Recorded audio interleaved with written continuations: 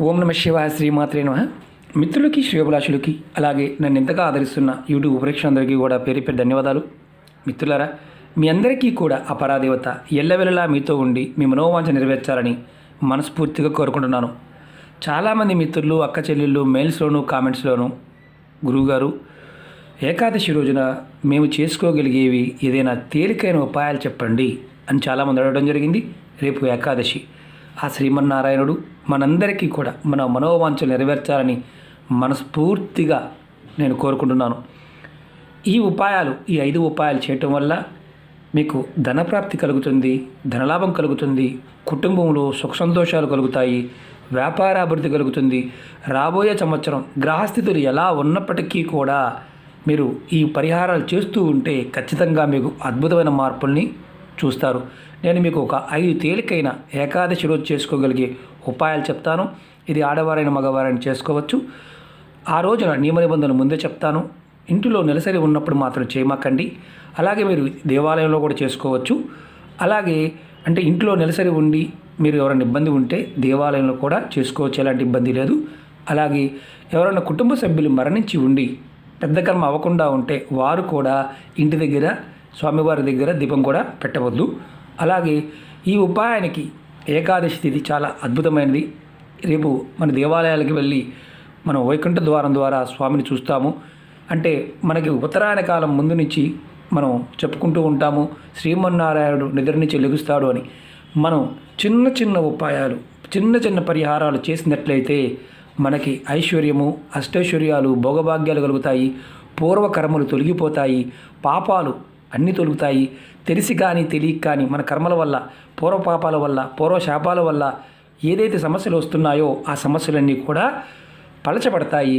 ఖచ్చితంగా మనకి బాగుంటుంది. మనం ప్రతి ఏకాదశికి కూడా మనం చేసుకోవచ్చు. అలాగే ఆహార నియమాలు కూడా చెప్తాను. రేపు పొరపాటును కూడా మాంసాహారాన్ని, మద్యాన్ని సేవించవద్దు. వీలైతే మీరు మంచం మీద కాకుండా కింద పడుకోవడానికి ప్రయత్నం చేయండి. ఒకవేళ మీకు శరీరం సహకరించకపోతే మామూలుగా పడుకోవచ్చు. రేపు ఉపవాసం ఉండడానికి ప్రయత్నం చేయండి. ఉపవాసం అంటే పూర్తిగా మానేయమని కాదు, పలహారం అంటే ఏదైనా తీసుకోవచ్చు, పలహారం తీసుకోవచ్చు. అలాగే పళ్ళు, పాలు కూడా తీసుకోవచ్చు. ఎందుకంటే ఏకాదశి ప్రతి నెలలో వచ్చే ఏకాదశి మనం గనక అంటే పౌర్ణమికి ముందు వచ్చే ఏకాదశి ఎవరైనా సరే శ్రీమన్నారాయణని గనక భక్తిపూర్వకంగా ఆరాధించినట్లయితే వారి కలికాలంలో అఖండ కోటీశ్వరులు అవుతారు అని శాస్త్రం చెప్తుంది. విధి విధానంగా మనం మనస్ఫూర్తిగా నమ్మి ఈ ఉపాయాలని స్వామివారిని ఆరాధించినట్లయితే ఖచ్చితంగా మన జీవితంలో అద్భుతమైన ఫలితాలని పొందుతాం. ఎలా చేయాలి, ఏ విధంగా చేయాలి తెలియచేస్తాను. మిత్రులారా, మీకు ఈ వీడియో నచ్చినట్లయితే లైక్ చేయండి. అలాగే 10 మంది మిత్రులకి షేర్ చేయండి. ఎందుకంటే మనం ఇలాంటి చిన్న చిన్న విషయాలని, అద్భుతమైన విషయాలని ఎంతమందితో పంచుకుంటే అంత పుణ్యం కూడా మనకు దక్కుతుంది. అలాగే మనం దాన ధర్మాలు చేసినా చేయకపోయినా భగవద్నామాన్ని స్మరించడం వల్ల, భగవంతుడి గురించి మనం మాట్లాడటం వల్ల కలికాలంలో అద్భుతమైన పుణ్యం కూడా కలుగుతుంది. ఇది గుర్తుంచుకోండి. అలాగే ఛానల్ సబ్స్క్రైబ్ చేసుకున్న తర్వాత పక్కనే ఉన్న గంట సింబల్ని యాక్టివేట్ చేసుకోండి. అలాగే మీరు అనేక రకాల సమస్యలతో బాధపడుతూ ఉన్నారు, చాలామంది కామెంట్స్ పెడుతూ ఉన్నారు. మీరు నా వీడియోస్లోకి వెళ్ళండి. మీరు ఏదైతే ఆచరించగలుగుతారో, చేయగలుగుతారో దాన్ని మాత్రమే ప్రయత్నించేయండి. ముందుగా మనం ప్రథమ ఉపాయం చెప్తాను. మీరు ఇలా స్వామివారి ముందు ఉదయాన్నే స్నానం చేసి, సూర్యోదయానికంటే ముందు స్నానం చేసి స్వామివారి పట్టం ముందు అంటే విష్ణుమూర్తి పట్టం ముందు, అది రాముడి రూపంలో ఉన్న, కృష్ణుడి రూపంలో ఉన్న, దశావతార రూపంలో ఏ రూపంలో ఉన్నా సరే మీరు ఆ పట్టం ముందు నారాయణ్ణి తలుచుకోవడానికి మీరు ప్రయత్నం చేయాలి. ఆ పట్టం ముందు స్నానం చేసి కూర్చొని మీరు చక్కగా ఇలా ఒక పేపర్ తీసుకోండి. లేదంటే మీరు స్వామివారి ముందు చూడండి, నేను చూపిస్తాను. మీరు ఇలా పేపర్ తీసుకోండి. దానిలో మీరు కొద్దిగా పసుపు, ఒక గిన్నెలో పసుపు తీసుకోండి. తర్వాత కొద్దిగా కుంకుమ తీసుకోండి. దానిలో కొంచెం నీరు పోయండి. నీరు పోసి స్వామివారి ముందు మీరు ఇది పీట మీద కూడా చేయవచ్చు, ఆసనం మీద కూడా చేయవచ్చు.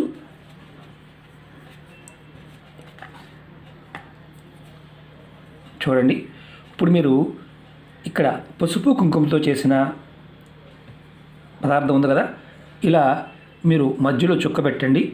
మీరు పెడుతున్నప్పుడు ముందు ఓం మహాగణపతి నమః అనుకోండి. తర్వాత స్వస్తిక్ని వేయండి. చూడండి నేను స్వస్తిక్ ఎలా వేస్తున్నాను చూడండి. స్వస్తిక్ వేయటం కూడా తెలియాలి. మనం ఇంతకుముందు చాలా వీడియోలో చెప్పుకున్నాం. చూడండి స్వస్తిక్ మనం అనుకుంటాం కదా సాక్షాత్తు గణపతి స్వరూపం.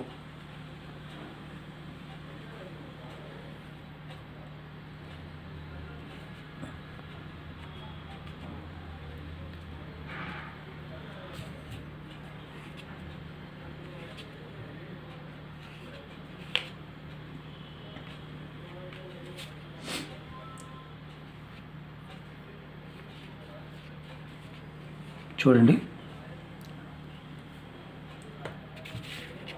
ఇలా స్వామివారి ముందు పెట్టండి. శ్రీమన్నారాయణ ముందు ఇలా పెట్టి పటం ముందు పెట్టి మీరు ఈ స్వస్తిక్ మీద కుంకుమ పసుపుతో ఇలా కలుపుకొని చేయండి. తర్వాత మీరు ఈ స్వస్తిక్ మీద ఆవు నేతితో అంటే ఒక ప్రమిది పెట్టండి. ప్రమిది కానీ కుంది కానీ పెట్టండి. పెట్టి ఈ స్వస్తిక్ మీద పెట్టండి. పెట్టి దాంట్లో ఆవు నేతితో స్వామివారికి దీపారాధన చేయండి. దీపారాధన మీరు 2 ఒత్తులు వేయవచ్చు, 5 ఒత్తులు వేయవచ్చు, 3 ఒత్తులు వేయవచ్చు. ఒకటి మాత్రమే పెట్టాలి, ఒక ప్రమిది మాత్రమే పెట్టాలి. పక్కనే మీరు కుందుల్లో దీపారాధన మామూలుగా వెలిగించుకోవచ్చు స్వామివారి ముందు. ఇది తాంత్రిక ఉపాయం చెప్తున్నాను మీకు నేను. తర్వాత మీరు ఇలా వీలైతే పసుపు కలర్ పువ్వులు, మీరు పసుపు కలర్ మందార పువ్వులు కావచ్చు, గన్నేరు పువ్వులు కావచ్చు, బంతి పువ్వులు అయినా సరే, ఎందుకంటే అదమం బంతి పువ్వులు అయినా సరే పసుపు కలర్ పువ్వులు స్వామివారికి సమర్పించండి. ఈ స్వస్తిక్ మీద మీరు ఆవు నెయ్యితో దీపం వెలిగించి స్వామివారికి మీరు మనసులో స్వామివారు తలుచుకుంటూ మీరు ఈ పని చేయండి.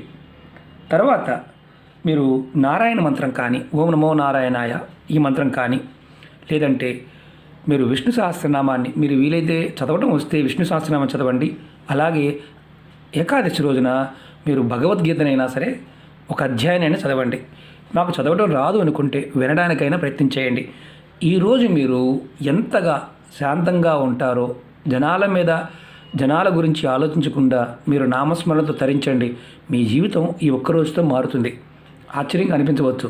స్వామివారిని ఈ ఒక్కరోజును పూర్తిగా మనస్ఫూర్తిగా స్మరించినా మనకి కష్టాలన్నీ కూడా కడతేరిపోతాయి. ఇది గుర్తుంచుకోవాలి.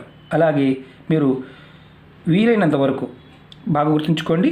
వీలైనంత వరకు మీరు స్వామివారి మంత్రాన్ని మనసులో మననం చేస్తూ ఉండండి. మీరు ఉపవాసం ఒక రకంగా చెప్పాలంటే రేపు అన్నం తినకుండా ఉంటే చాలు. అన్నం అంటే అన్నంతో చేసిన పదార్థాలని కాదు. మీరు ఏదైనా అల్పాహారం తీసుకుంటూ పళ్ళు పాలు తీసుకుంటూ రేపు ఆ ఒక్క ఏకాదశి రోజున మీరు భోజనాన్ని త్యజించినా చాలు. ఒక పూట ఒకవేళ మేము ఉండలేమనుకుంటే పగలంతా ఉపవాసం ఉండండి. సాయంత్రం స్వామివారికి దీపారాధన చేసి నైవేద్యాన్ని సేకరించండి. అంటే మీరు ప్రసాదంగా కూడా తీసుకోవచ్చు. మీరు ఇంకొకటి ఏంటంటే ఇంకొక ఉపాయం చెప్తాను మీకు. ముందు మామూలుగా స్వస్తిక్ వేసి మామూలుగా స్వామివారికి దీని మీద ఆవు నెయ్యితో దీపారాధన చేయటం ఒకటి. రెండోది పసుపు కలర్ పువ్వులను సమర్పించటం. అలాగే స్వామివారికి మీరు వీలైనంత వరకు మూడో పాయింట్ ఏంటంటే నారాయణ మంత్రం లేదా విష్ణు సహస్రనామం, అలాగే భగవద్గీతని వినటం. నాలుగవది ఉపవాసం ఉండటం. ఐదవది మీరు ఇలా పసుపు కొమ్ములు తీసుకోండి. ఇలా పసుపు కొమ్ములు ఒక 11 కొమ్ములు తీసుకోండి. ఎక్కడ ఇరగకుండా ఉండాలి. ఇలా పూర్తిగా ఉన్న కొమ్ములు 11 తీసుకోండి. ఇలా పసుపు కలర్ దారంతో మాలగా చుట్టండి. ఒకవేళ దారం మీకు పసుపు కలర్ లేకపోతే ఇలాంటి తెల్ల దారాన్ని తీసుకొని పసుపులో ముంచి మీరు మాలగా చేసుకోవచ్చు. ఇలా ఒక 11 కొమ్ములు తీసుకోండి. చూడండి మీకు చూపిస్తున్నాను నేను. విరగకుండా ఉన్న కొమ్ములు తీసుకోండి. విరిగినవి మాత్రం వద్దు, అంటే మనం విరిచి ఇలాంటివి మాత్రం వాడవద్దు. ఇలా ఉన్న కొమ్ములు తీసుకోండి. 11 కొమ్ముల్ని మాలగా కట్టండి. మాలగా కట్టి మీ ఇంట్లో ఉన్న శ్రీమన్నారాయణ పటానికి వేయండి. అదే మీరు దేవాలయానికి వెళ్తే కనుక దేవాలయంలో పూజారి గారికి ఇచ్చి వేయండి. ఇది ఏకాదశి రోజున ఈ రోజుని వేసి మీరు మనసు పూర్తిగా మీ మనసులో ఉన్న కోరికలన్నీ చెప్పండి. తర్వాత మళ్ళీ వచ్చే ఏకాదశి వరకు, అంటే మళ్ళీ పౌర్ణమి ముందు వచ్చి అంటే కరెక్ట్గా నెల రోజులు ఆ ఏకాదశి వరకు స్వామివారి పటానికి ఉంచవచ్చు. తర్వాత ఈ పసుపు కొమ్ములు మాలను తీసుకువెళ్ళి ఎక్కడైనా సరే పారే నీళ్ళలో కానీ లేదంటే ఈ చెట్టు మొదల్లోనే పెట్టేయవచ్చు. మీరు ఓపిక ఉంటే ప్రతి ఏకాదశికి స్వామివారికి మీరు ఇలా పసుపు మాల వేస్తూ ఉంటే మీ జాతకంలో గురుబలం పెరుగుతుంది. గురుబలం పెరగడమే కాదు, బుద్ధి వికసిస్తుంది. బుద్ధి వికసించి మనం చేస్తున్న పనులు తప్పు చేస్తున్నామా, ఒప్పు చేస్తున్నామా, ఎవరి కోసం చేస్తున్నాము, మనం ఎలా చేస్తున్నాము అనేది మనకి ఆలోచన వస్తుంది. ఖచ్చితంగా మీరు ఆ పసుపు కొమ్ములు మాల వేసి స్వామివారికి చేసినట్లయితే, ఏకాదశి చేస్తూ ఉన్నట్లయితే మీ జీవితంలో భార్యతోనూ పిల్లలతోనూ ఎప్పుడూ గొడవలు రావు. ఆశ్చర్యంగా అనిపించవచ్చు, గొడవలు రావు, సుఖంగా సంతోషంగా ఉంటారు. మీకు మీ బుద్ధి ద్వారా మీ బుద్ధి వికసించి ధనానికి సంపాదించడానికి ఏదైతే మీరు అడుగుతున్నారో స్వామివారి కృపా కటాక్షాన్ని ఖచ్చితంగా పొందుతారు. ఎక్కడైతే శ్రీమన్నారాయణ ఆరాధన జరుగుతుందో అక్కడ లక్ష్మీదేవి ఉంటుంది. ఎక్కడైతే శివారాధన జరుగుతుందో అక్కడ అమ్మవారు ఉంటుంది. ఎక్కడైతే మీరు బాగా గుర్తుంచుకోండి, ఎక్కడైతే రామనామాన్ని జపిస్తూ ఉంటారో అక్కడ ఆంజనేయ స్వామి ఉంటాడు. ఇవన్నీ కూడా ఏంటంటే ప్రాకృతమైన శక్తిని, దైవశక్తులన్నీ కూడా నామంతోనే మనకి కలికాలంలో పొందగలుగుతాము అని మన పెద్దలు చెప్పిన విషయం. కాబట్టి మిత్రులారా, ఈ చిన్న పరిహారాన్ని, చిన్న ఉపాయాలు 5 కూడా ప్రయత్నపూర్వకంగా చేయండి. ఖచ్చితంగా మీ అందరికీ కూడా ఆ శ్రీమన్నారాయణ యొక్క కృపా కటాక్షం, అనుగ్రహం కలుగుతుంది. మీరు గుర్తుంచుకోండి, ఈ చెప్పిన పదార్థము ఇందులో ఏది వీలైతే అది చేయడానికి ప్రయత్నం చేయండి. 5 వీలైతే 5 చేయండి. మాకు వీలు కాకపోతే వేరే పదార్థాలతో చేయాలని అడగమాకండి. ఎందుకంటే ఈ పదార్థాలతో చేసినప్పుడు మాత్రమే ఫలితాన్ని పొందుతారు. ఓకే మిత్రులారా, ఈ చిన్న ప్రయత్నం చేసి ఆ శ్రీమన్నారాయణ కృపా కటాక్షాన్ని పొందుతారని మనస్ఫూర్తిగా నేను అనుకుంటున్నాను, చేస్తారని కూడా అనుకుంటున్నాను. మిత్రులారా, మీకు ఈ వీడియో నచ్చినట్లయితే లైక్ చేయండి, నా ఛానల్ సబ్స్క్రైబ్ చేసుకోండి, పక్కనే ఉన్న గంట సింబల్ యాక్టివేట్ చేసుకోండి, 10 మంది మిత్రులకి షేర్ చేయండి. ఓం నమః శివాయ, శ్రీమాత్రే నమః.